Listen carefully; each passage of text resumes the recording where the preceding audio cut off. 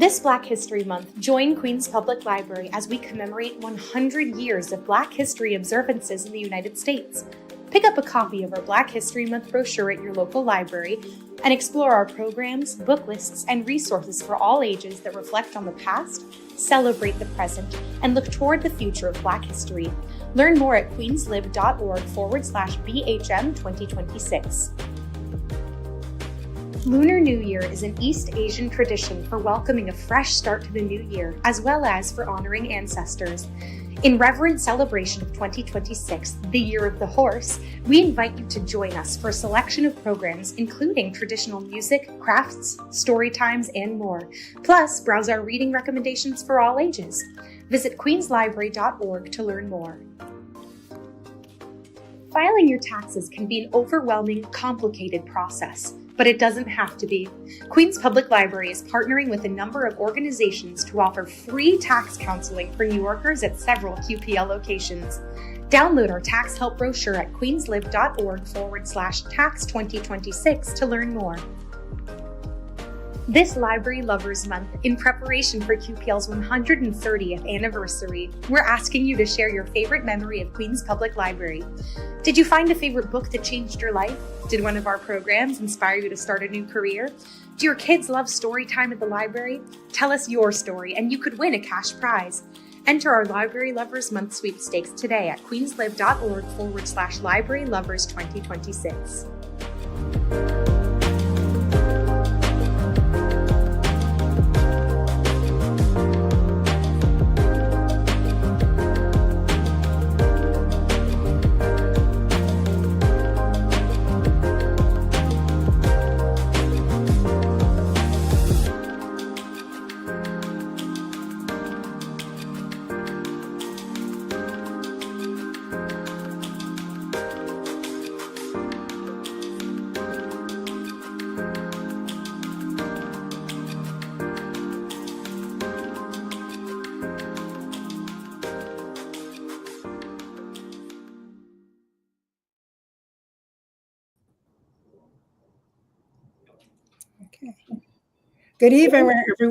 Good evening, everyone, and welcome to Culture Connection.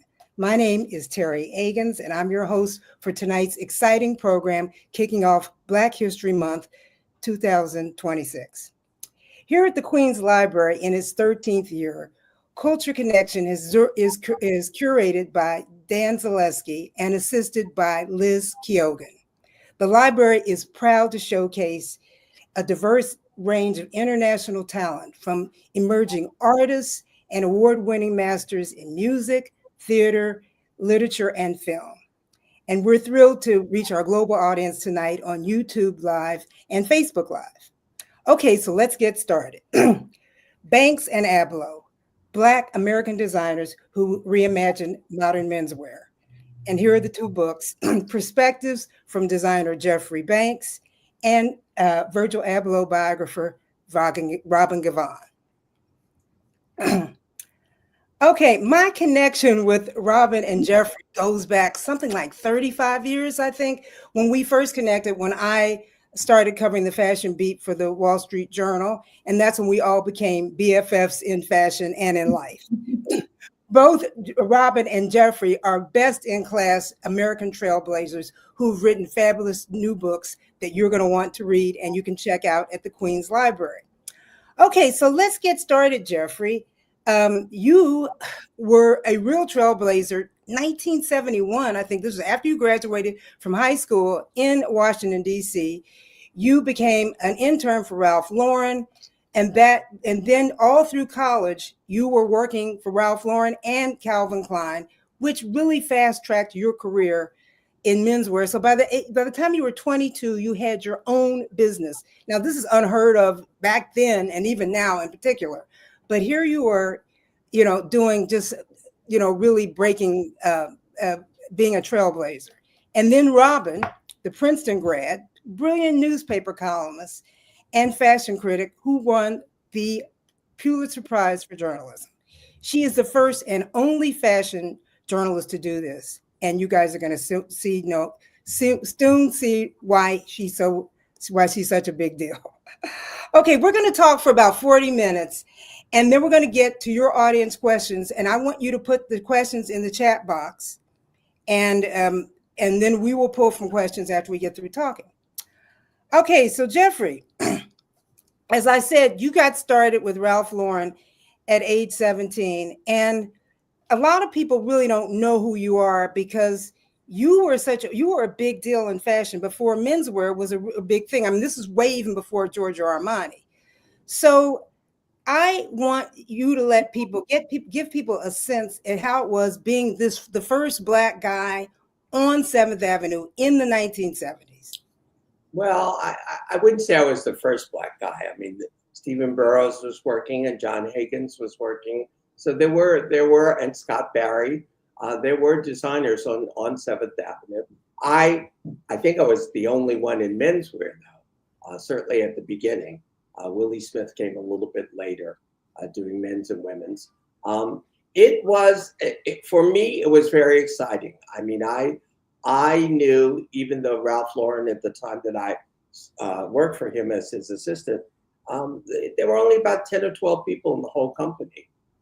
It was a small company, but I knew from the time I met him that he would become as big as he is today. I felt that. And I felt that I wanted to hitch my wagon to his star. I believed in him. I believed in his concept because he had confidence and he believed in himself. Okay, and then, so you were with Ralph initially as an intern. Then you moved to Calvin Klein. This time you're still in college, studying fashion at Pratt and at Parsons School of Design here in New York. Right. And so then, but right after you left Calvin and then started your own fashion house, which is like pretty remarkable. Right.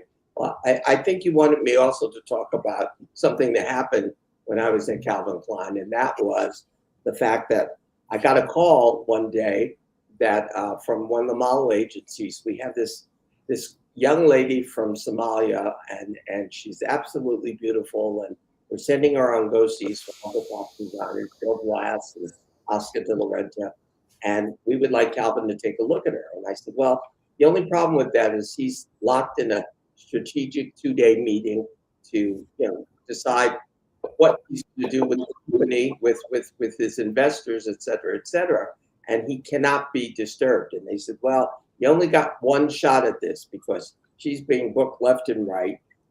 So I sort of gave in. I said, all right, send her up. And, she walked in the room. It was Iman, and she was strikingly beautiful. And I decided to throw caution to the wind. I put her in a dress. I marched her upstairs from the design room to Calvin's office. I knocked on the door. He opened the door, and he was visibly angry with me for interrupting this meeting. And I said, I know you didn't want me to interrupt you, but you've got to see this vision. And so he looked at her and he said, she's okay.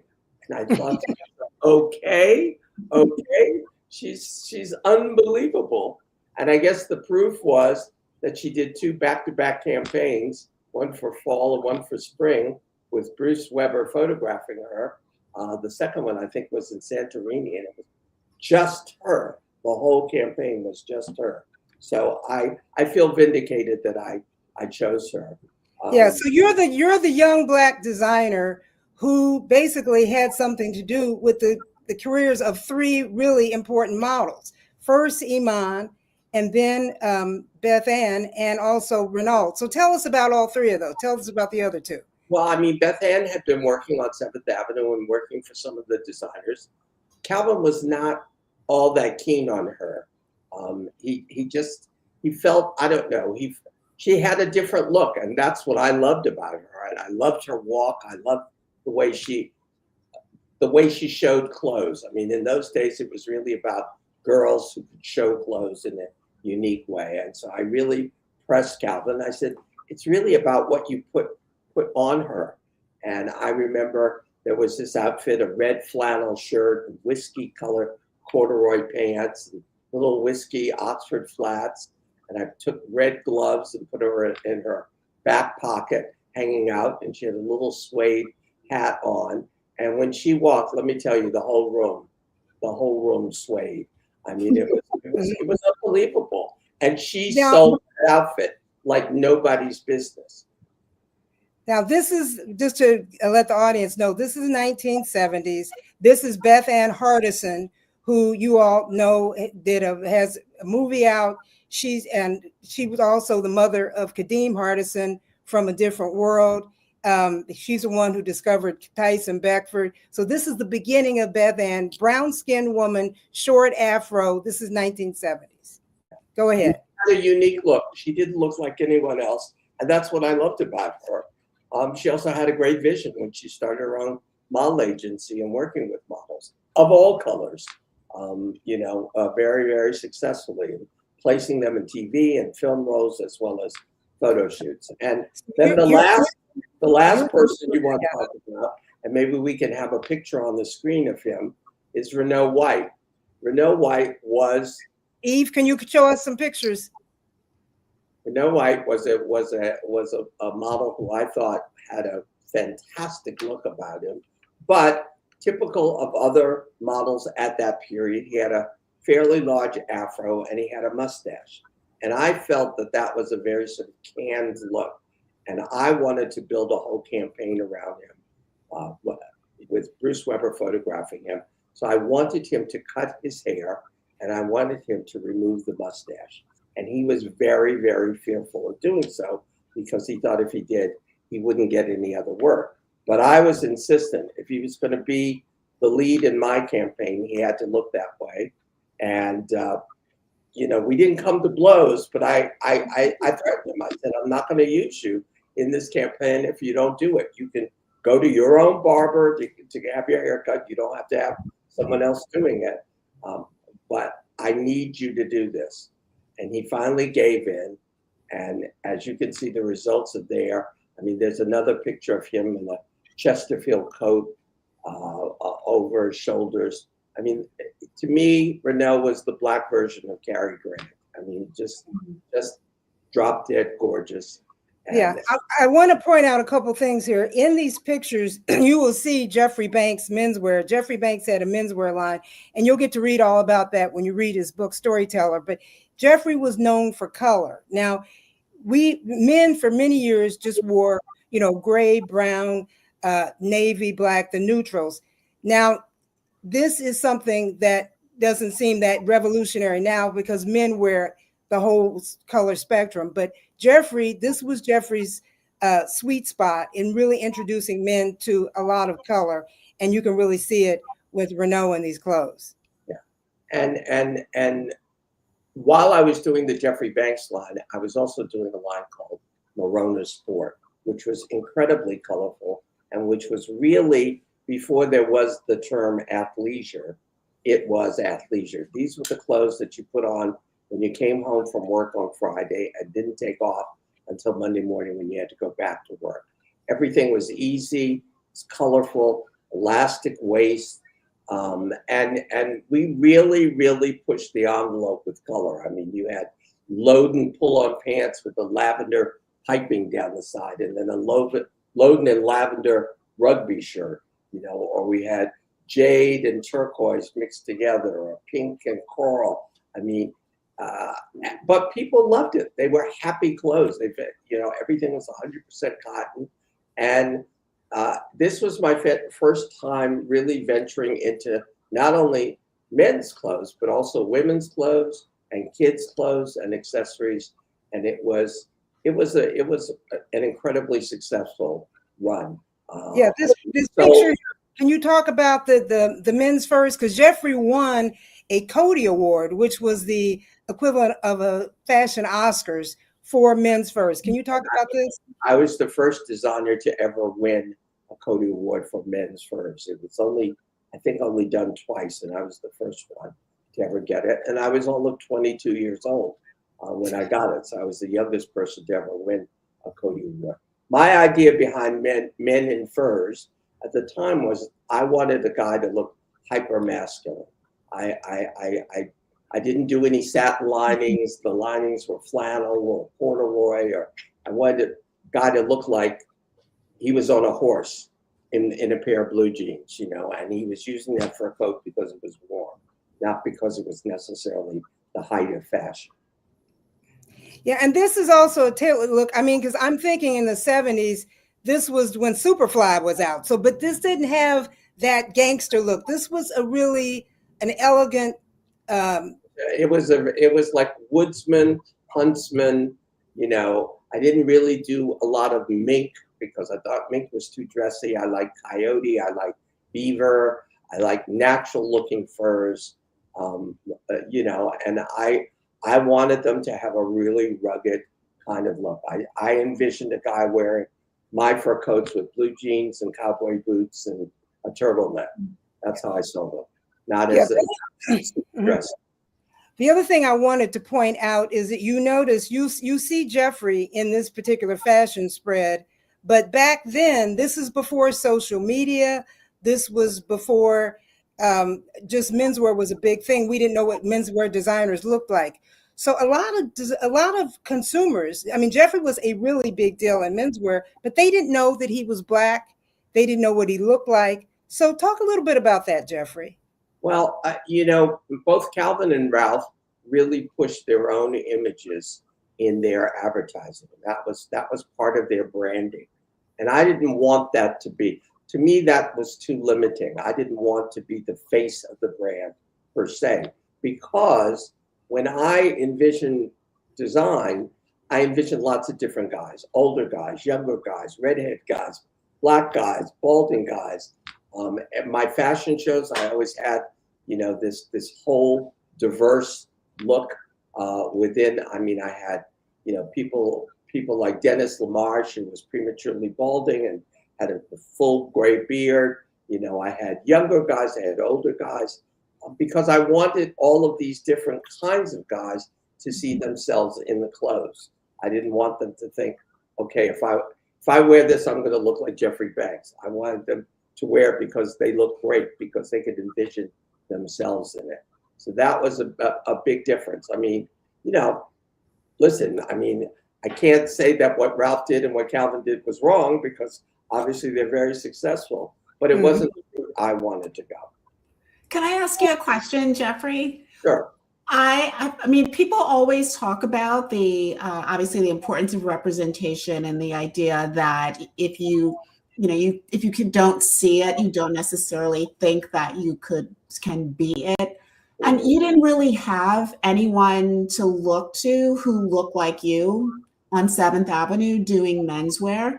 Right. I'm curious, like what made you so sure that not only did you want to work in design, but that you wanted to do menswear? Well, I felt that, you know, initially as a kid, I wanted to do women's wear, and I still love women's wear. I still read all about it and, you know, have my thoughts about it. But women's wear is a very competitive field. And at the time, in the early 70s, menswear wasn't. There wasn't a lot of commotion going in, and I felt I could make my mark, as it were, faster, quicker, and in a way easier by doing something that was very different from what was out there. And color was a big part of it, the shape of the clothing. I like classic kinds of clothes, but I always loved a little twist. And, you know, I was doing peach and mauve and, you know, coral, tweed jackets and so forth and so on. And it took a while for retailers to understand it and for retailers to have the courage to buy it. But once they did, and they saw that it sold, then they came back, you know, asking for more. And, you know, when I look at today, you turn on the evening news and every newscaster has a lavender tie or a pink tie or whatever. But that was I did that. That was a big deal in the 70s. I mean, he was the really first. had to push the buyers and push men to try it. But once they tried it, they liked it, you know. And I've always said color has no sex. Color is about an emotional response. If you think that you look good in pink, by all means wear a pink sweater. Why not? Pink is not a female color or a male color. It's just a color. Jeffrey, did because you were Black, I mean, you were successful from the beginning. I mean, everything took off. Your sales went so well that that's why you were even hired by Marona, which at that time was, I mean, this was before Gap and everything else. This was the first look of a brand that was doing menswear, children's, women's, and everything. How were you treated on 7th Avenue? I mean, did anyone, I mean, we know that the consumers didn't know who you were, but how about, when you're dealing with wholesale? I only had one instance, and it was very early on. I was 17 or 18. Ralph was thinking about going into women's wear in a big way, and he needed a partner. And the partner he was thinking about was a guy named Stuart Chrysler, who had a stable of designers and had offices at 550 7th Avenue, which in those days was the epicenter. That was the White House of fashion. And I went down. He told me to go down and take a look to see. He said, "You know more about women's wear than I do, so I want you to go down. I want you to check out Stuart Chrysler at 550. See if you think it's something we should be part of."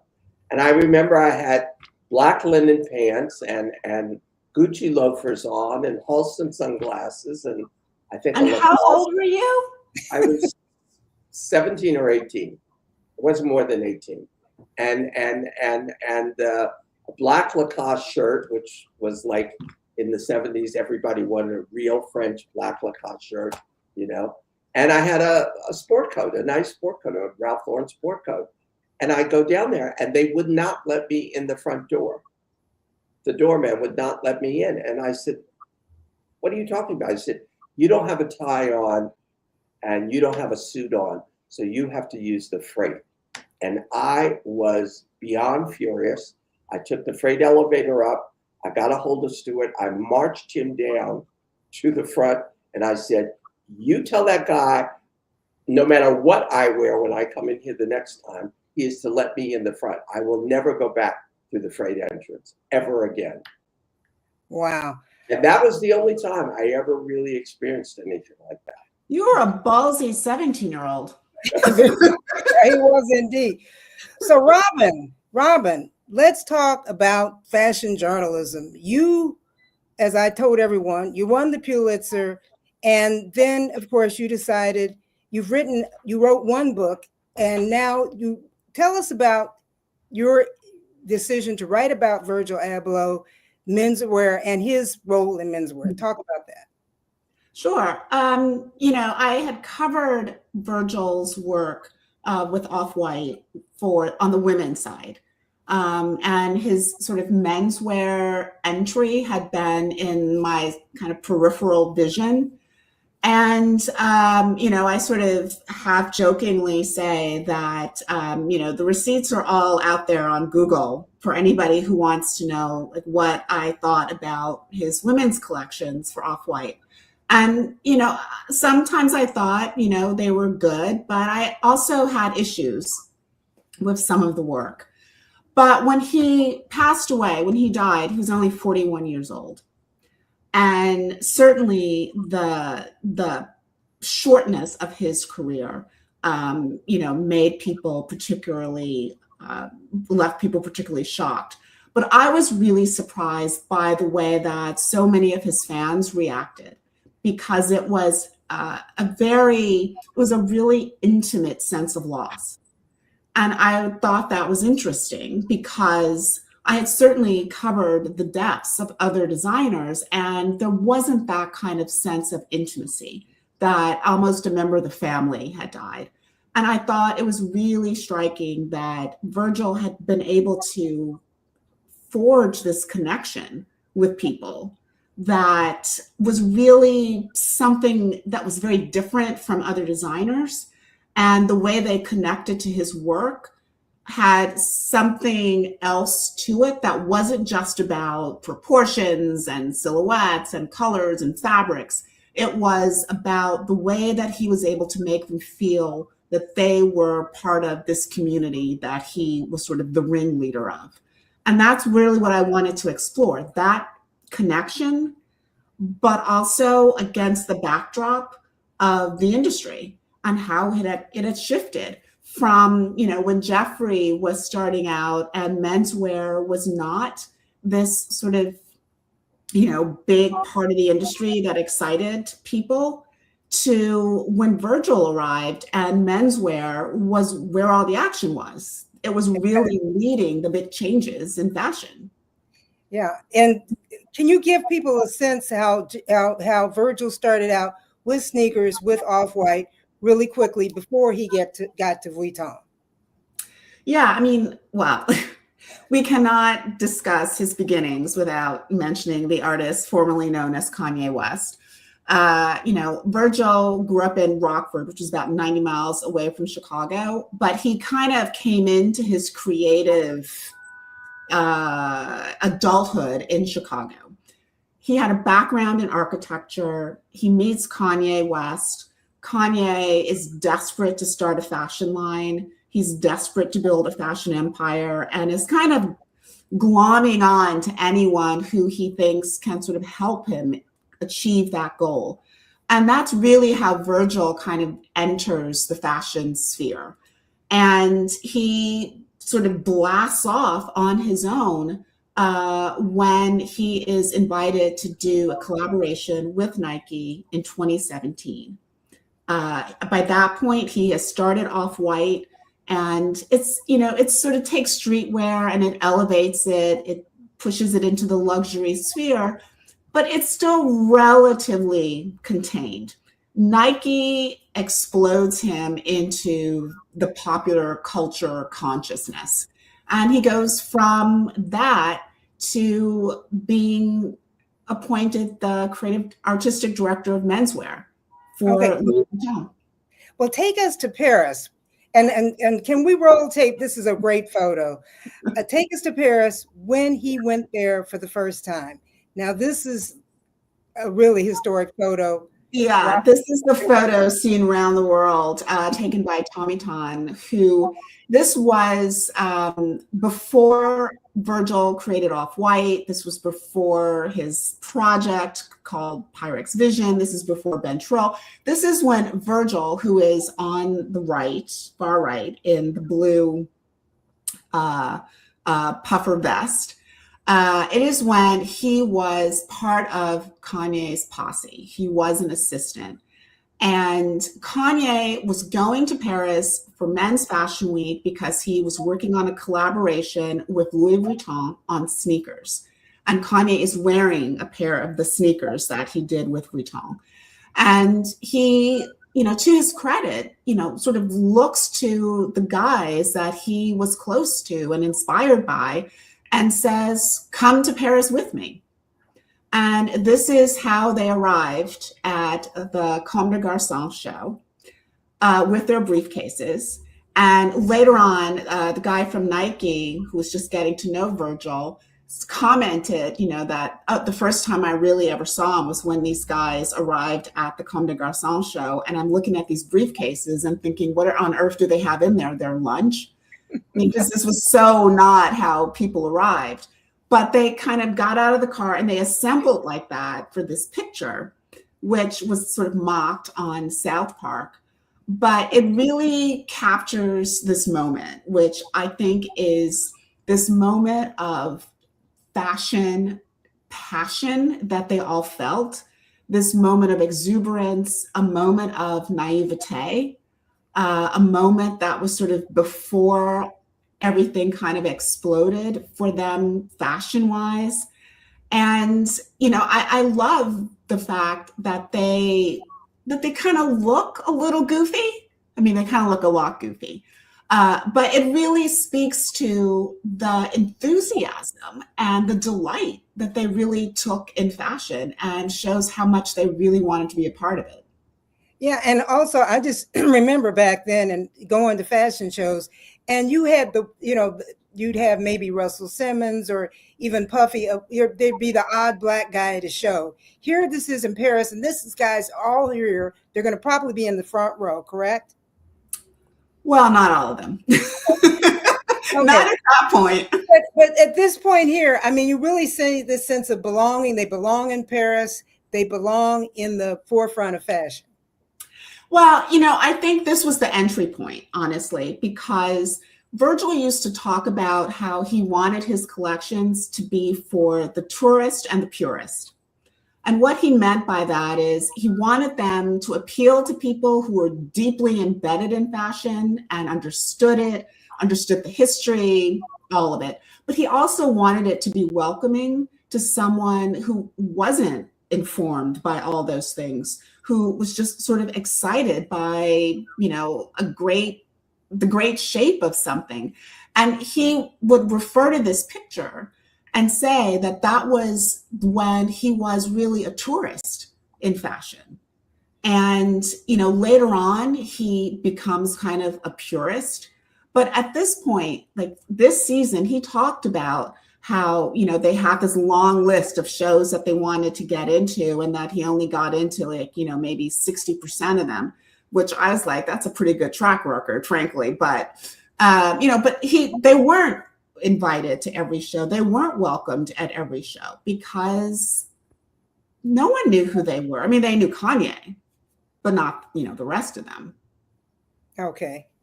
All right. So then, but what gave him, okay, now also Virgil is Ghanaian, right? Ghanaian American. Yeah. Exactly. So, what gave him the confidence to feel that, okay, he had the connection with Kanye, which helped him get the job of Vuitton, but what was his confidence level that really gave him this sense that I can be, in the forefront of fashion, I can get this, really coveted job at Louis Vuitton, this really important French fashion house, as men's creative director? Well, I think that's one of the reasons why I was asking, Jeffrey that question, because about did he have role models? Because, one of the things that is distinctive is about his sort of being the son of immigrants is he often would go back to Ghana and he knew what his parents had left behind. And he also understood a country in which it did not matter if you were the president or the person cleaning the streets. They were Black.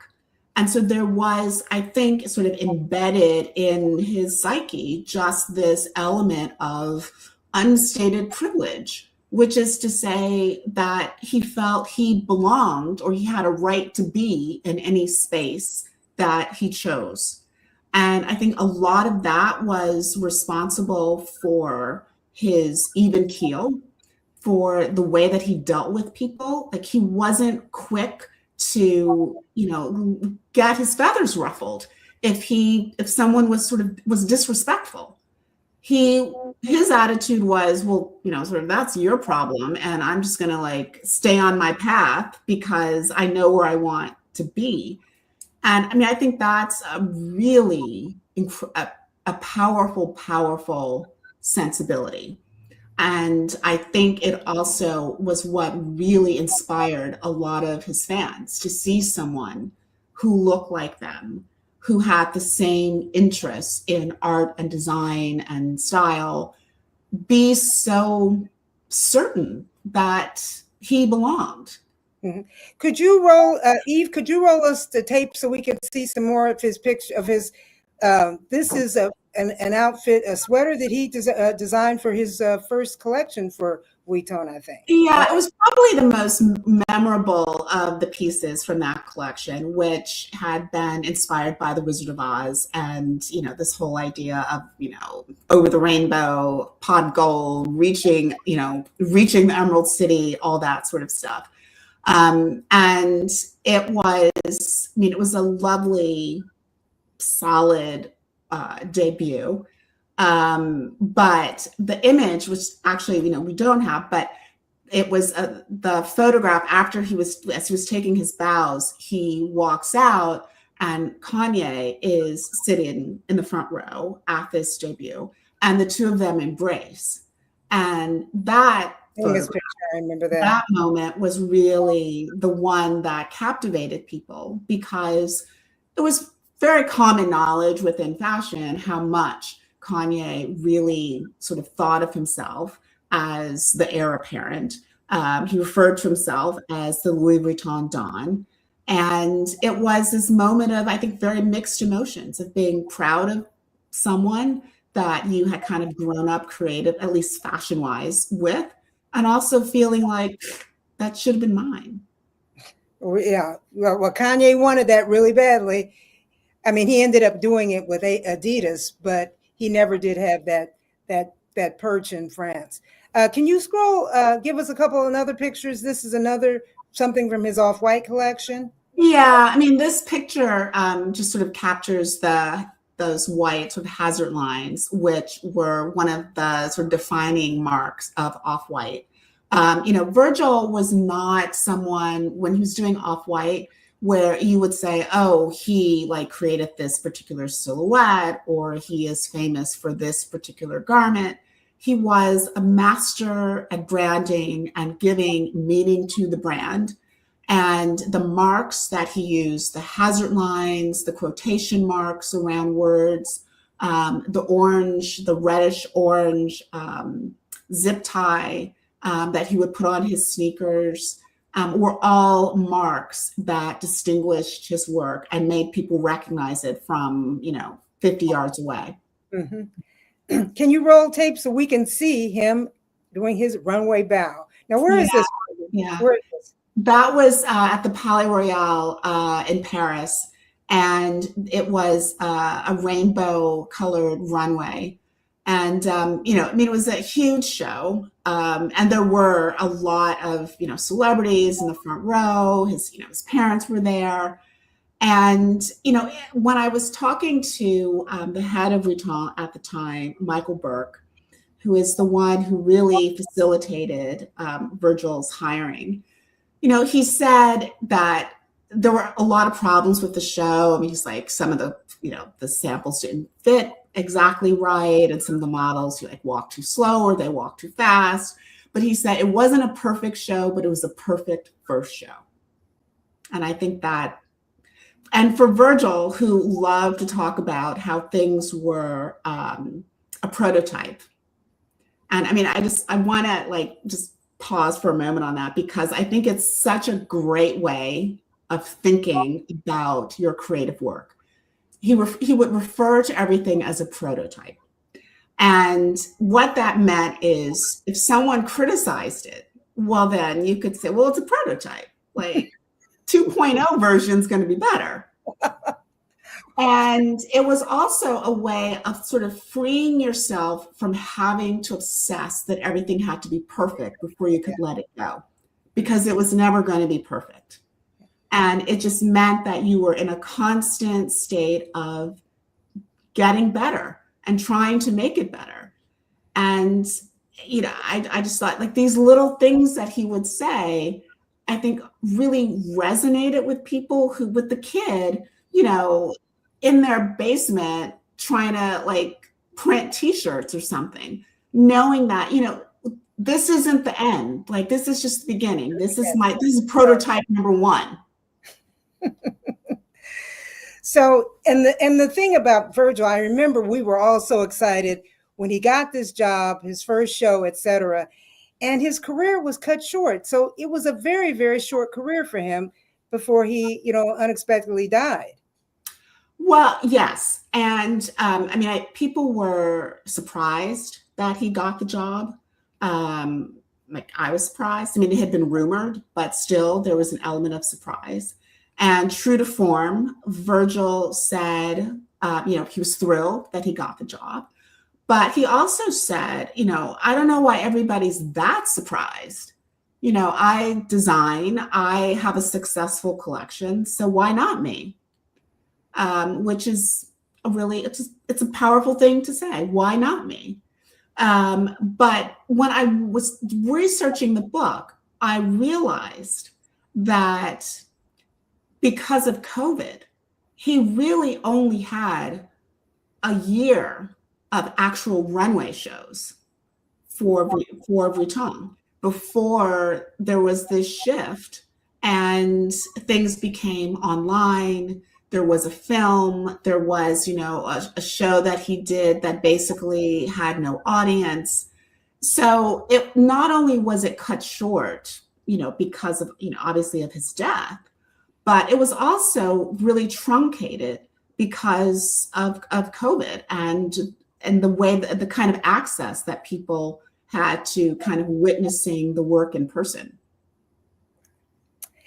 I wanted to shift back to talk a little bit about the Met exhibit last year, Superfine, Mhm. which Jeffrey Banks had a role in. And Jeffrey, we can you tell us about the ensemble that you had on display? I hope a lot of people here in New York got to see this, incredible exhibit of Black style, men's Black style. So can we see Jeffrey's ensemble? And Jeffrey, can you talk about it a little bit? Sure. They're from two different collections and several years apart. I think the coat was 1980. It's a Shetland blown up plaid coat. It's not a tartan plaid, but I did these sort of, took like Madras patterns and did them in Shetland tweed. And then the suit is from, I believe, 1982, 1983. But it's interesting. Monica, Monica Miller. Monica Miller, who did the book that the whole show is sort of based on, she said when they opened the garment bags and they saw that coat and saw that suit, she said everybody instantly said, we have to do them together. And it works. It works beautifully together. It looks great together. And I think the remark I got from so many people who saw the show or saw pictures of this outfit was how contemporary it looked, how it looked like something they could wear today. It didn't look dated at all. Not And at all. that really has been. I'm thinking you need to revive that coat. Yeah, the coat is great. People love the idea, and I've always loved the idea. I mean, to me, the greatest compliment I ever get is when someone says, I have a sweater of yours that's 5 years old and I still love it. I have a suit of yours that's 10 years old and I still wear it and I still get compliments on it. It's much more exciting than I bought something last week and I'm getting compliments on it. And I love that. I always try to imbue my clothes with a certain kind of classicism, but not boring. I mean, this suit has pink and pale blue and cream and gray all mixed into the tweed. The tie is a very, very, very pale pink with gray lozenges on it, but it certainly doesn't scream pastel. And then, it's with this boldly patterned coat that I just love. I love together. Yeah, you would never know that this was that old. And Robin, also, Virgil had a couple of outfits. I don't think we have photos of them, but he had some outfits that were also in the Superfine exhibit. Yeah, he one that stands out for me was for Vuitton, and it kind of used it sort of played with the idea of kente cloth and the Vuitton logos, the Vuitton monogram. And, it was interesting to see his work alongside that of, designers who had much longer careers, because I've always been sort of curious, thinking, where would his work have evolved had he lived and been able to design for another 5 years or 10 years or 15 years. And one of the things that I love about this particular photograph of Jeffrey's work is the fact that, as you said, the coat and the suit are from different years. Because to me, it really as a critic, it really speaks to a designer's vision and their storytelling ability when pieces from different collections from different years are still in conversation with each other. There's a through line and there's a continuity, and they're different, but they still are using the same vocabulary.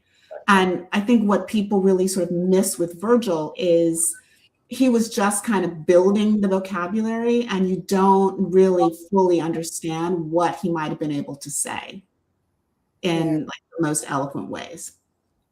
exactly. I think Go ahead, Jeffrey. I think also what was so great about this show, it was the first time in 21 years that the Met celebrated menswear. The last time being a show called Men in Skirts, which celebrated not only kilts but all kinds of skirts, all kinds of alternative bottom dressing, as it were, around the world from different different countries, different ethnic, tribal ideas. And so the fact that they were celebrating it, it really shows how far we've come with menswear. I mean, what Robin was saying before is that menswear is like a big deal, and it's taken all this time for menswear to become equally as important, as impressive, as exciting as women's wear. I'm going to go out on a limb and say that at the moment, I actually, I think menswear, when it comes to influencing the culture, the broader culture, and the way that we're dressing, I think it's actually more impactful because, it's not there is a reason why this was not just a celebration of menswear, but it was specifically Black dandy.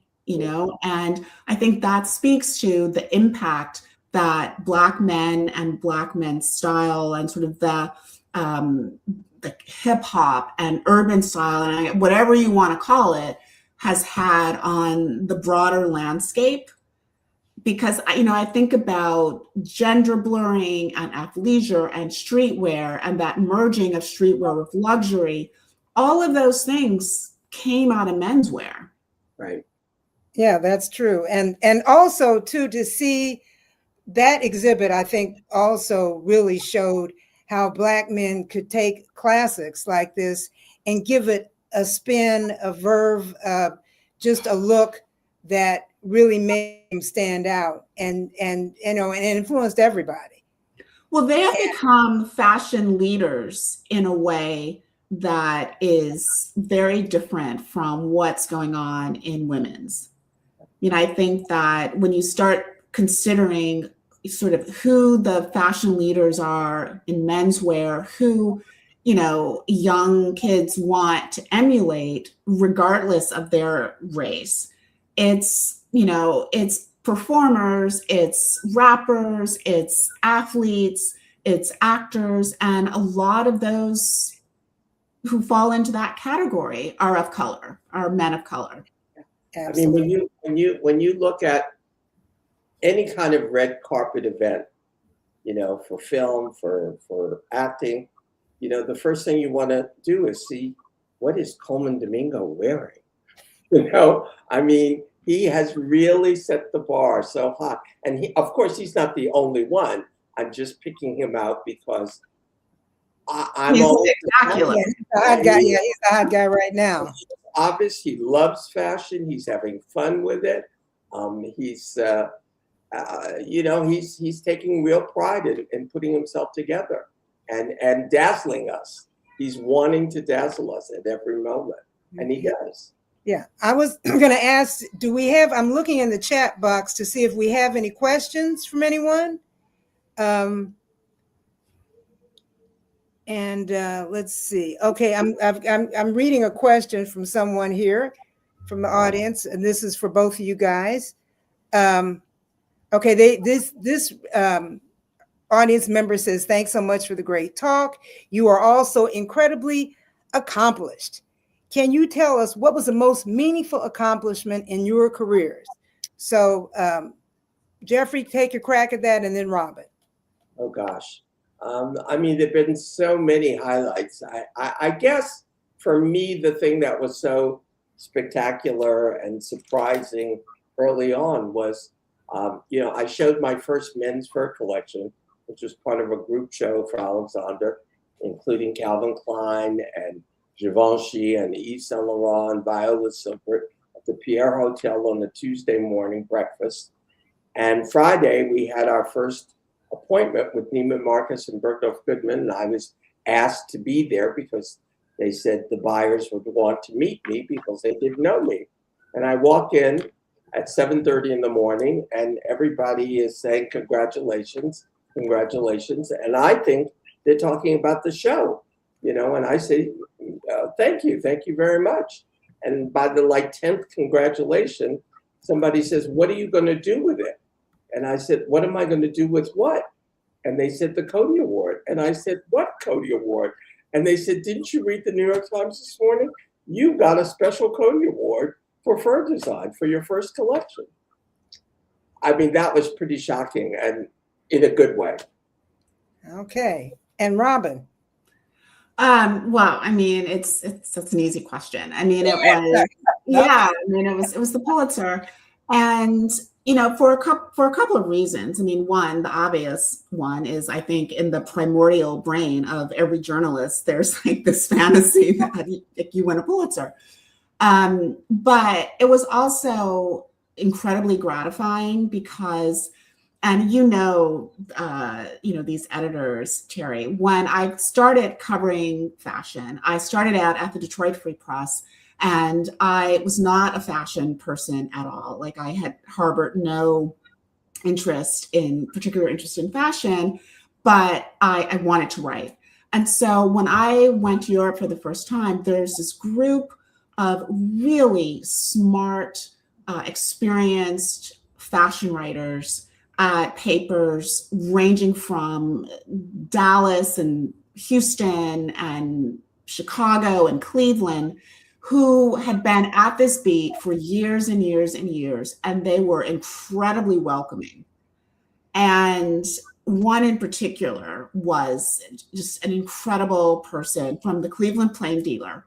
And she used to talk about how it was so hard for her when she was starting out, and she never wanted anyone else to kind of have the hurdles that she did.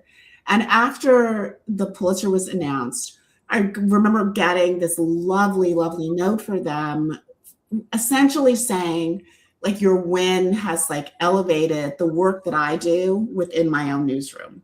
Because so often fashion reporters at newspapers did not get their flowers. They did not get the respect that they had earned.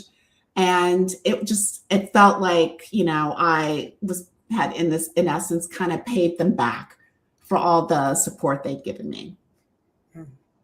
Yeah, I'm getting a little bit of back. Can you guys, my screen is frozen? It is not. Okay, you all are frozen for me. But anyway, okay, I think it came back. So, yeah, so that, as you said, working with other news reporters at that time. I mean, there was so much camaraderie, but you really stood out, Robin, because you just, you had the curiosity, and because you were at the Washington Post, you're also looking at politics, and you're not just looking at fashion and fashion people. And I think that's what really made your coverage so unique and memorable. And I am so glad that I'm getting a chance to be with you guys today with the Queens Library. I invite everybody in the audience, please go to Queens Library, check out both books. You can also buy them in bookstores. And Jeffrey has several books on fashion. Before he wrote about Perry Ellis, he's written about Preppy and Tartan, and he's got several gorgeous coffee table books with a lot of great information. Robin did The Battle of Versailles, which is a really memorable moment in the 1970s. Another book a bestseller that you'll want to read. And we're looking to hear from more books from both of you guys, and also more menswear from Jeffrey Banks. Jeffrey, let us know give us the scoop on what you're working on at this very moment. Well, we just a few weeks ago relaunched Jeffrey Banks Menswear. I took a hiatus of a few years where I was really concentrating on home. I did home decor for Home Shopping Network, everything from furniture to lighting to bed linens, and all very successful and lots of fun to do.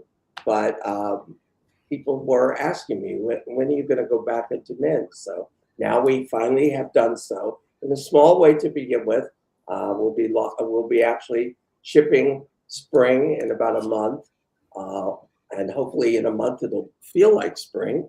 And what are the key items? What are the key items that we should? These are polo shirts.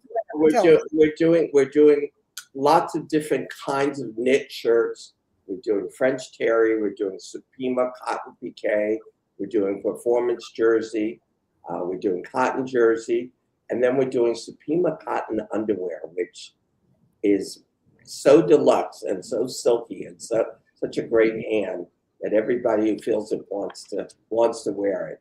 And that's how we're starting. But next season we'll be back with pants and shorts and sweaters and jackets and outerwear. So it'll be a full collection. And can I ask you, Jeffrey, like what would you say distinguishes your work now compared to when you were that ballsy 17-year-old kid? Well, the return to menswear, I decided, we started working on this about 3 years ago, and I decided nobody needs anything else as far as clothing, especially if you're in the middle class in America. So if I was going to do something, I wanted to try to make it sustainable. I wanted to try not to harm the planet any more than it has been harmed. So the fabrics we use are all traceable. There's lots of everything about it. I mean, the packaging, the plastic bag that we put a shirt in is completely biodegradable. The polyester that we use for performance jersey is virgin polyester. Now, the difference being most people who do performance jersey, which wicks away moisture, et cetera, it's recycled polyester. Recycled polyester, because of all of the elements and chemicals that are used, takes 1,000 years to break down. Oh my God. 1,000 years to break down. Whereas virgin polyester only takes about 5 or 6. So that was my choice to go there. And then I try to do some elements like all of our shirts, whether it's 100% Supima cotton or whether it's the performance jersey, they have SPF 50 built into the shirt, built into the yarn. It's not a finish applied on top of it, which a lot of shirts out there have SPF, but it washes out eventually. Ours is actually in the yarn, will never wash out. So if you're playing pickleball or tennis or golf, you're not going to get sunburn through your shirt. Not pickleball.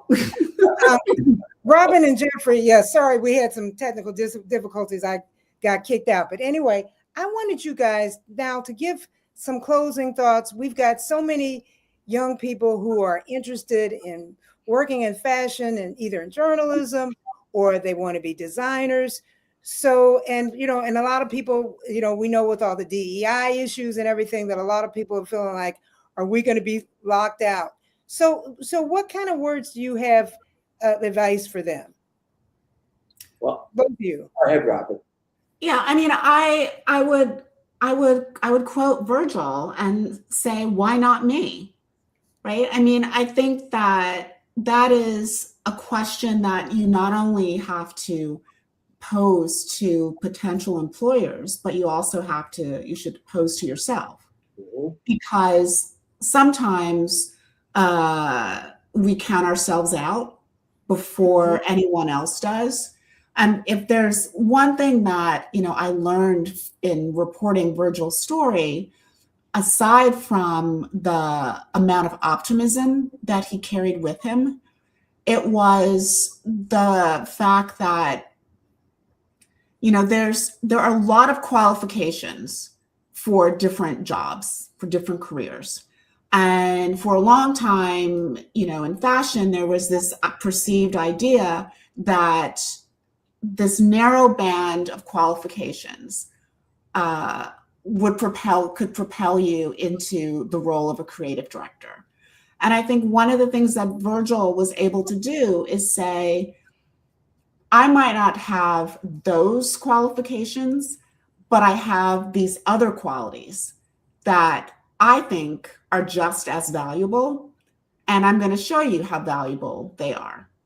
And I think, if you kind of take that with you and not be Pollyannish about it, not sort of go, oh, well, I may not know how to cut a pattern, but I can, I know I like blue, that's not enough. Exactly. But I think if you just sort of remember that if you can lean into the skills that you do have and understand how they might apply and bring something different to a job, then and remind yourself, why not me? And what I would say very quickly is there are so many kinds of jobs in fashion that you could take. Don't limit yourself to, oh, I want to be a designer because I saw Project Runway. You could be a merchandiser, you could be a stylist, you could be an editor, you could be so many things that are worthwhile jobs that pay good money. So don't just limit yourself to one thing. Find your niche and expand your thinking about what is encompassed in a career in fashion.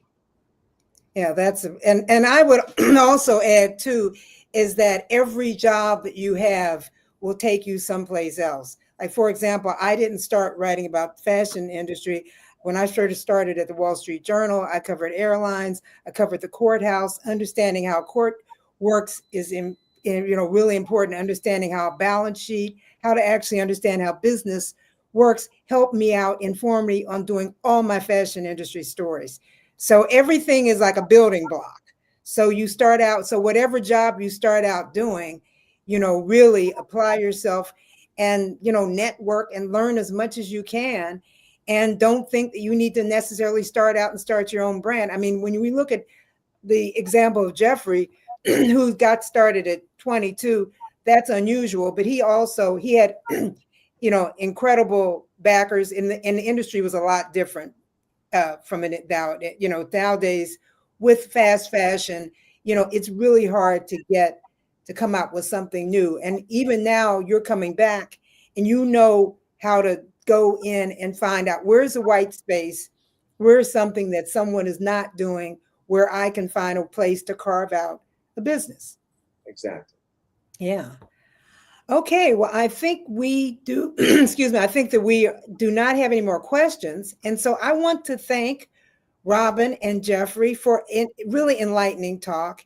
And in the chat box, you'll be able to see all and now they're putting up now your website, so we'll know all about your history. You'll also be able to follow us all. We're all on Instagram, and you'll also be able to look in their books and really take the time to read books. I can't say enough. I mean, both of these books have photos in them of fashion, but I think it's just great to hear all these great stories. I mean, Jeffrey's books is called Storyteller. I mean, learn about how these people went about their lives. I mean, not just working in fashion, but other things that motivated them and inspired them. They're great stories that I think everyone will really enjoy. So Thank I thank you much guys for doing this, Terry. We appreciate Okay. it. Thank you so to much. Thank you, Robin. Yeah, and thank you, Queens Library, Public Library, for hosting this event, and have everyone have a good evening. Bye-bye. Thank you. Bye. Bye-bye.